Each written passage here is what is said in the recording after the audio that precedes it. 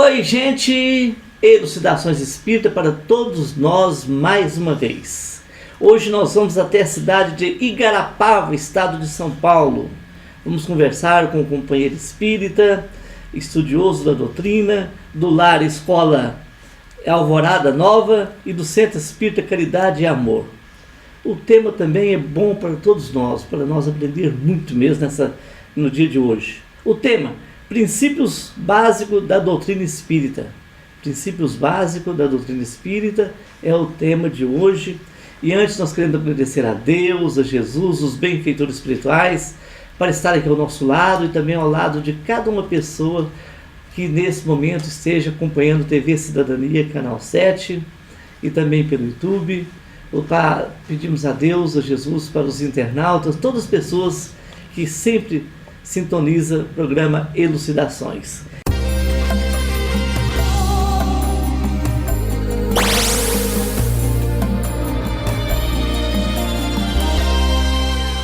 Querido companheiro José Eurípides Garcia, cidade de Igarapava, seja bem-vindo, é um prazer enorme receber você.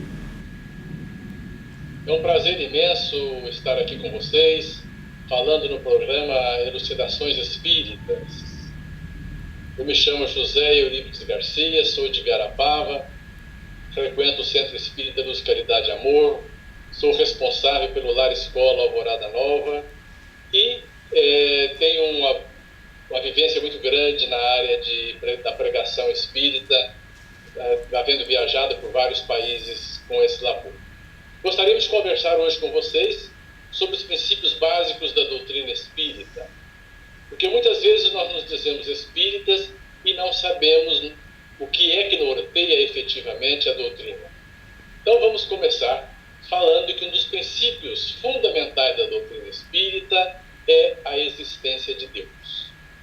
Deus, para nós espíritas, é o princípio do universo, a inteligência suprema e causa primeira de todas as coisas, conforme está na pergunta número 1 de O Livro dos Espíritos.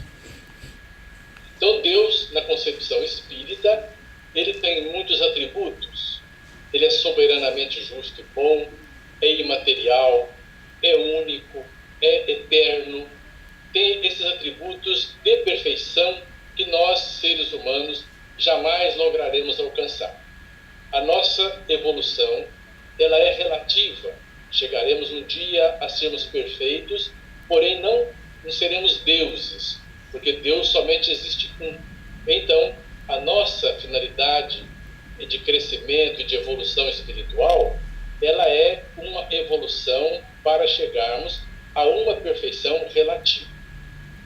Segundo, nós acreditamos, além de Deus, acreditamos no Espírito, a existência e sobrevivência do Espírito.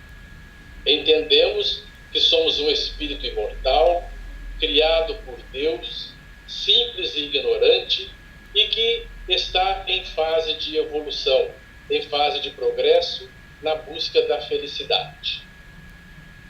Somos reencarnacionistas, considerando que um espírito não consegue efetuar a sua evolução numa única encarnação, cremos na reencarnação como forma de reeducarmos os nossos sentimentos, como forma de evolução.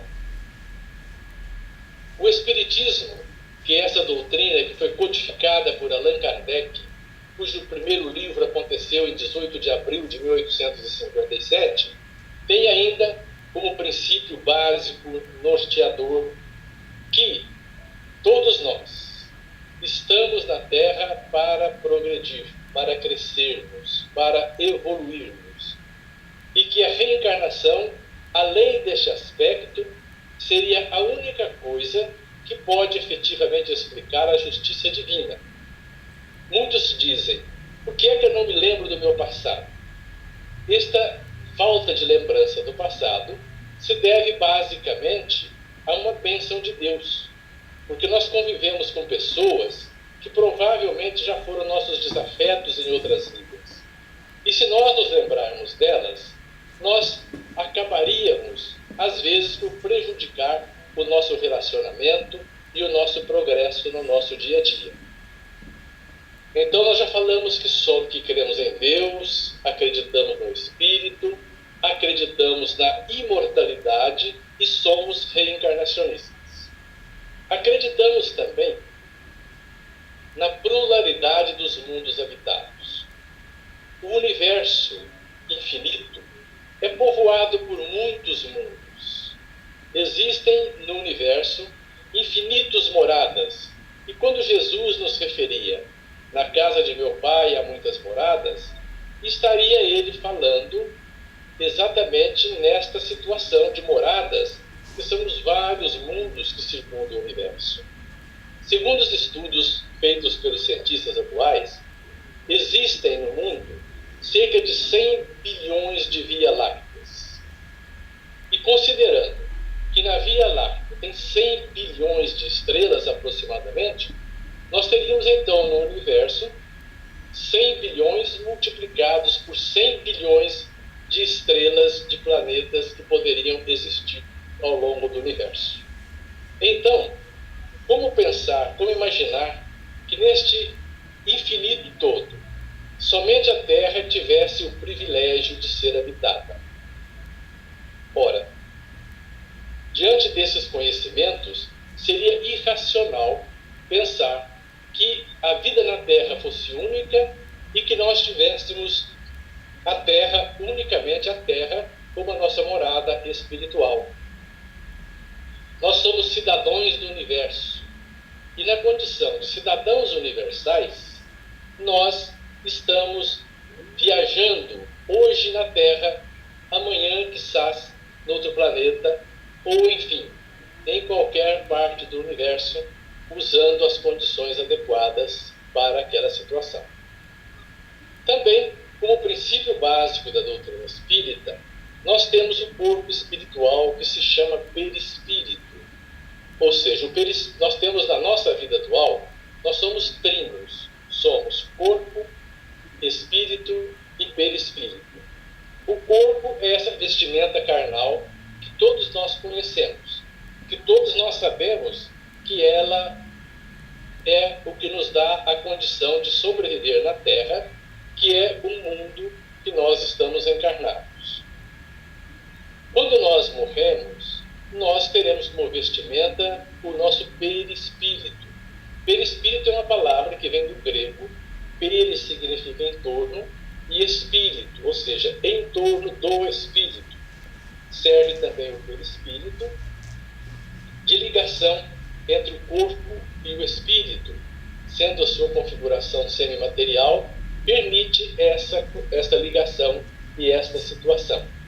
O nosso perispírito irá se tornando cada vez mais rarefeito de acordo com a nossa própria evolução espiritual.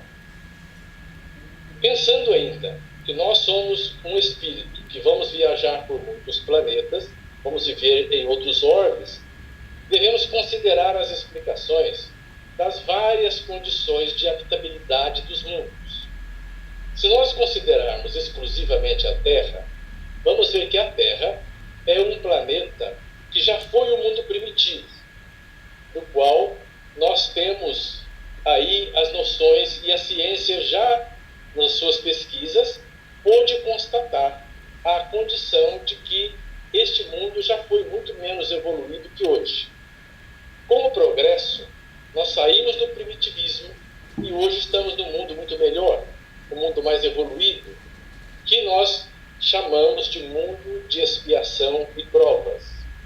Como nós, seres individuais e espíritos evoluímos, também evoluem os mundos aonde nós iremos habitar. E há uma escala de mundos habitados muito grande por todo este universo. E nós, que hoje somos o mundo de expiação e provas, que já fomos o mundo primitivo, amanhã seremos o mundo de regeneração, que é um mundo onde já vai predominar o bem sobre o mal. No mundo primitivo, é prática exclusivamente no sentido material. Nos mundos de expiação e provas, o mal prevalece sobre o bem. E com essa transição, com essa mudança, o bem prevalecerá no mundo de regeneração, do qual a Terra, muito em breve, fará parte. Depois, nesse sentido da escala dos mundos no universo, nós teremos os mundos felizes, onde já não existirão mais as enfermidades, os nossos corpos já não haverá mais a necessidade da reencarnação, e o nosso progresso nos dará condições de estarmos em plena felicidade, porque não haverá enfermidades, não haverá desencarnação, não haverá reencarnação nesse tipo de mundos. E por último, nós teremos os mundos celestes ou mundos divinos, que são mundos onde a vida é totalmente espiritual, aonde somente vivem os espíritos que alcançaram aquela perfeição relativa que nós falávamos no início aqui do nosso diálogo com vocês hoje. Sendo este mundo que nós vivemos uma das escalas do progresso, nós vemos aqui muita predominância de maldades, muita predominância de gente que ainda não vivem para o bem. As notícias que nós escutamos nos nossos meios de comunicação são quase sempre notícias muito ruins, notícias só de crimes, de roubos, de violência, coisa que não existirá na Terra dentro de alguns anos. Estes alguns anos, nós não poderíamos dimensionar quando, mas nós estamos numa fase de transição entre esses mundos de expiação e provas, caminhando para um mundo de regeneração. É ainda princípio da doutrina espírita, um princípio básico, que todos nós somos iguais. Não há condição no mundo espiritual de ricos e de pobres, de brancos e negros, de aleijados e seres que não são aleijados. Ou seja, somente isso já nos explica a justiça divina, que é através destes princípios de igualdade, que todos nós somos iguais. Somos desiguais atualmente aqui na Terra, pela condição do nosso próprio progresso, da nossa própria evolução espiritual, que um dia haverá de modificar-se. Então vamos recapitular para ficar bem claro. Os princípios básicos da doutrina espírita. Deus, causa primária de todas as coisas e inteligência suprema do universo. Segundo, o Espírito, a existência do Espírito e sua imortalidade. Terceiro, a reencarnação. Quarto, a pluralidade dos mundos habitados. Quinto, a evolução espiritual constante e permanente do nosso ser imortal, ou seja, do nosso espírito. Depois nós temos ainda a função do perispírito, que é aquele laço de ligação e que servirá de vestimenta depois para o nosso corpo espiritual, quando nós desencarnarmos e sairmos dessa condição de materialidade em que nós vivemos. Ou seja, a doutrina espírita é muito ampla, muito completa. Ela alcança as mais variadas conotações. Temos ainda a considerar que muitas pessoas colocam em dúvida e perguntam: o Espiritismo é uma religião? E alguns contestam, dizem que não, outros ficam em dúvida, e nós gostaríamos de aproveitar esta conversa sobre os princípios básicos da doutrina espírita para dizer que a doutrina espírita ela é única com o aspecto triplo, ou seja, ela é ciência, filosofia e religião. Como ciência, ela pesquisa, busca, constata, prova e comprova a imortalidade da alma e uma série infinitas de provas científicas da própria reencarnação. Como filosofia, nós perguntamos: de onde viemos? Por que aqui estamos? Para onde vamos? E estas questões filosóficas são respondidas de uma forma muito clara, de uma forma muito simples, através do conhecimento da doutrina espírita. E o seu aspecto religioso, que é o aspecto mais bonito da doutrina, é aquele aspecto de consolar, Quando Jesus nos disse que nos enviaria o Consolador prometido, ele está falando daquilo que consola, que conforta. E é graças a esse aspecto do Consolador que nós temos que entender que a doutrina espírita nasceu ligada ao Evangelho. E do Evangelho ela nunca poderá se separar. Somos uma religião, sim, sem ritos, sem dogmas, sem hierarquia sacerdotal, sem essas coisas que tornaram uma religião materialmente falando. Mas no sentido próprio da palavra religião, religião vem do religare, que significa religar a criatura ao Criador. E então a doutrina espírita cumpre esta função do religare, que é trazer para nós a ligação do conhecimento com Deus, nosso Criador. Ora, Emmanuel, quando escreveu o livro O Consolador, pela psicografia abençoada de Francisco Cândido Xavier, ele escreveu que o Espiritismo representaria um triângulo de forças espirituais. Nas duas bases do triângulo estão a ciência e a filosofia. E o ângulo superior, aquele do alto, é o ângulo divino, que representa a religião, que é o aspecto que liga todos nós a Deus e ao infinito. Já Viana de Carvalho, numa dos seus escritos, ele nos diz que o Espiritismo é a filosofia da filosofia, é a ciência da ciência e a religião da religião. Não somos assim uma religião a mais, que viria para aumentar ainda mais os conflitos humanos. Mas essa religião, no sentido simples, no sentido de pureza da doutrina espírita. Então, com isso, nós poderíamos fechar o conceito dos princípios básicos da doutrina espírita. A religião espírita não é uma religião com sacerdotes, não é uma religião com ritualismo, não é uma religião onde nós possamos dizer que ela tenha as suas manifestações próprias de uma religião materialmente falando, mas é uma religião no sentido espiritual. Nós cremos ainda no poder da prece. Nós cremos também que nós, espíritos imortais, e somos todos aqui na Terra vivendo num momento de transição para a nossa própria evolução. E assim, nós consideraríamos que não pode haver confusão entre a doutrina espírita e outras religiões que tem aqui, especialmente no nosso país, que nós temos aqui na Terra, como Umbanda, Quimbanda. Acreditamos na mediunidade, estudamos a mediunidade, acreditamos nos médiuns, só que de uma forma muito diferenciada. Não é aquela forma tradicional que o ritualismo considera, nem o misticismo. O Espiritismo não veio inventar a mediunidade. A mediunidade existe desde toda a eternidade aqui na Terra. Mas se nós verificarmos o próprio Moisés, quando recebe as tábuas dos 10 mandamentos, é um ato mediúnico, que naquela época eles entendiam que era uma mediunidade, que era Deus que estava ditando.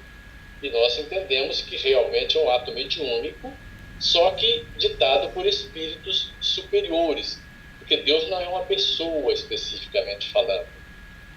E a mediunidade está implícita na Bíblia. Se nós pesquisarmos, existem centenas de fatos mediúnicos na Bíblia, como a manifestação de Samuel ao rei Saul, através da pitonisa de Endor. Se nós formos então olhar todo o Novo Testamento, veremos essas confirmações. Maria vai ao templo orar. E quem aparece? Um anjo para dizer que ela vai efetivamente ter um filho. Malaquias é anunciada a chegada de João Batista. Enfim, são todos fatos mediúnicos que estão na Bíblia. E a mediunidade ficou calada há muito tempo por força da pressão da Inquisição, os médiuns eram levados às fogueiras, eram queimados vivos. Então, durante um tempo, essa manifestação ficou como que relegada, como que deixada a um plano secundário, até que ela veio reviver nas manifestações de Hydesville, nos Estados Unidos, e posteriormente estudadas e sistematizadas por Kardec nos seus livros da codificação kardeciana e ampliada muito pela mediunidade de Francisco Cândido Xavier e os livros que ele pôde receber e nos orientar com relação a este assunto.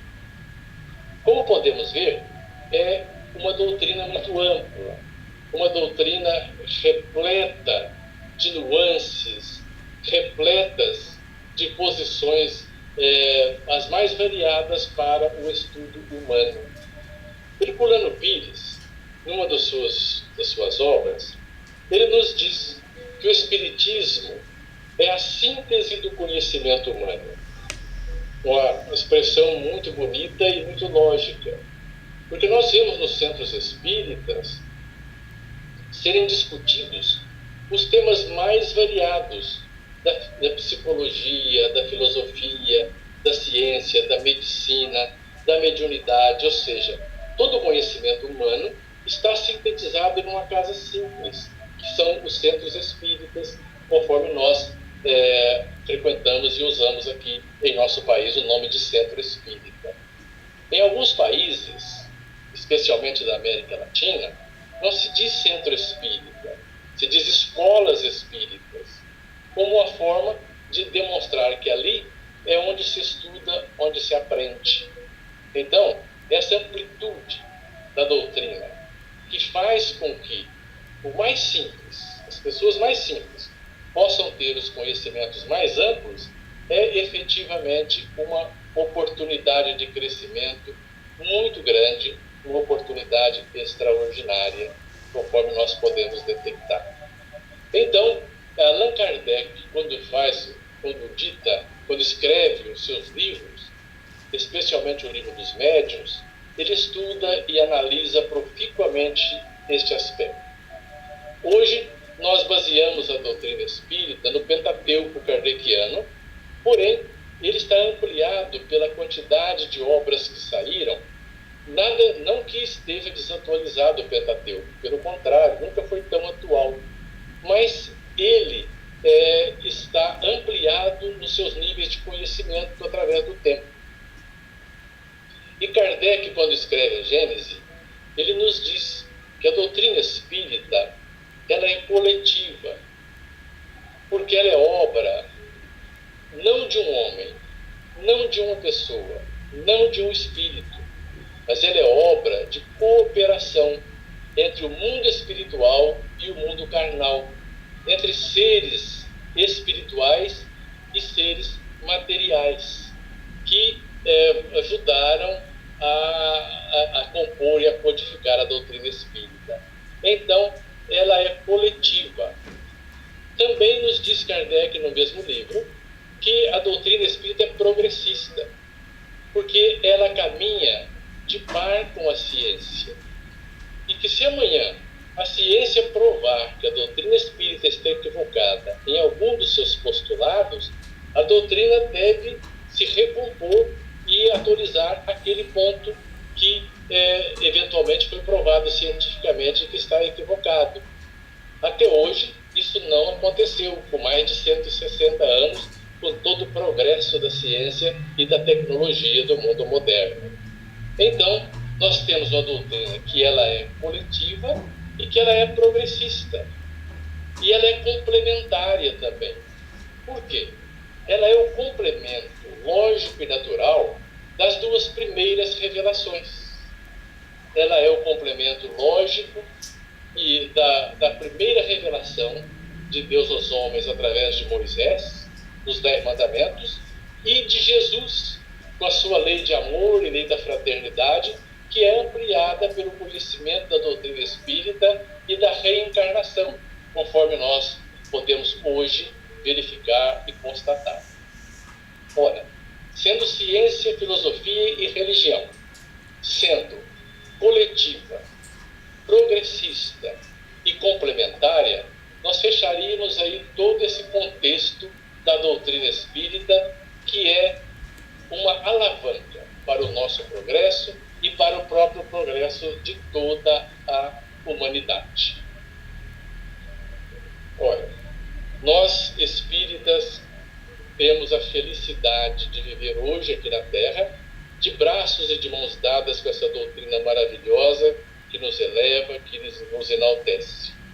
É papel de nós espíritas, meus irmãos, aproveitarmos tudo isso para o nosso crescimento, engrandecimento espiritual e nos iluminarmos mais através do progresso próprio que nós poderemos conseguir com este caminho que a doutrina nos abre e nos permite para o nosso progresso. Desejamos a todos vocês muita paz, desejamos a todos muito estudo, muito aprendizado e colocamos-nos eventualmente através das várias oportunidades que possam haver à disposição para esclarecimentos maiores. Muito bem, Eurípides, queremos agora mandar um recado para quem está nos acompanhando. Queremos pedir a você, internauta, você que está em casa, para ser um doador, ser um voluntário da Clínica Jesus Nazaré. A Clínica Jesus Nazaré é uma entidade que atende pessoas portadoras de transtornos mentais e pessoas da terceira idade. E nós precisamos da sua ajuda. Essa entidade precisa muito que você seja um colaborador, seja um doador. Faça uma visita, marque uma visita, leve suas doações. Olha, o telefone para você marcar a visita é 3235-3129, 3234-8712 e 3235-8010. Liga e faça uma visita levando as doações para os nossos idosos e para as pessoas que estão ali também em tratamento em saúde mental.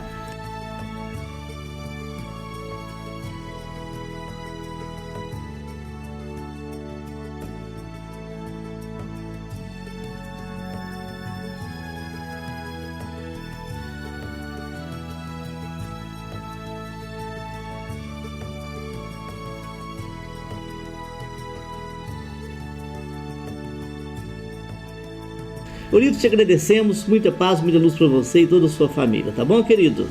Muito obrigado, fiquem com Deus. Um abraço. E nós retornaremos, se Deus quiser, na próxima semana. Fique com Deus e até a próxima semana.